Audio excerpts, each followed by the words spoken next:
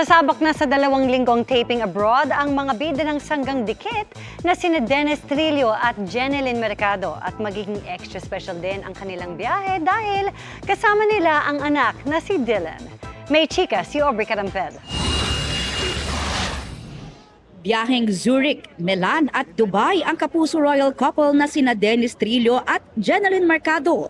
Bukod sa makikibonding sa mga kapuso para sa ilang events na katuwang ang GMA Pinoy TV, magsushoot din sila ng ilang eksena para sa upcoming GMA Prime series na Sanggang Dikit for Real. Kasi malaking proyekto talaga to, isa sa mga pinakamalaking projects ng GMA ngayong taon, kaya abangan nila yung mga eksena ang kukunan namin doon. Mga fight scene at habulan ang kukunan namin doon sa ibang bansa. So, sana abangan nila. Exciting to.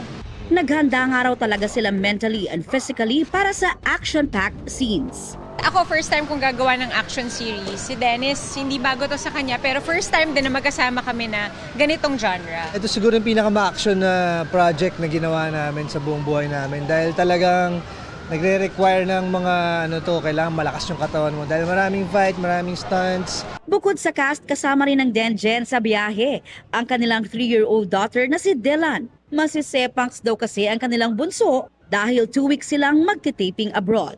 Hahanapin talaga kami and Tsaka malulungkot yun kapag sanggang dikit namin. Totoong sanggang dikit namin na hindi pwede humiwalay. Siyempre, gagawa rin daw sila ng mga nakatutuwang content doon. Patok sa netizens ang recent bida-bida post ng Denjen.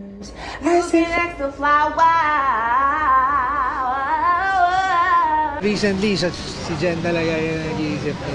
Sinesend niyo sa akin yung mga videos na nag-i-inspire sa amin para gumawa ng mga Tsaka syempre dapat masaya para mapasaya natin yung mga tao na nanonood at nagpa-follow sa amin. Starting today, mapapanood naman ang MMFF 2024 Best Picture na Green Bones sa Netflix na pinagbibidahan ni Dennis at Ruru Madrid.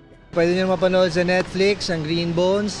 At syempre, Everything About My Wife, nandun pa rin. Aubrey Carampel, updated sa showbiz happenings.